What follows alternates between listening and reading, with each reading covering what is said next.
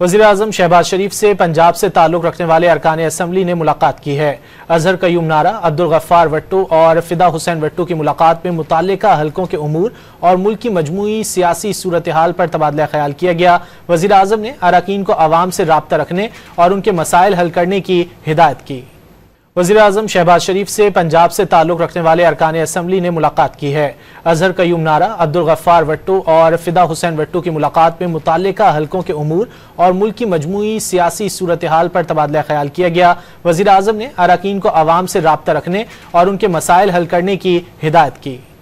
वज़ीर-ए-आज़म शहबाज शरीफ से पंजाब से ताल्लुक़ रखने वाले अरकान असम्बली ने मुलाकात की है।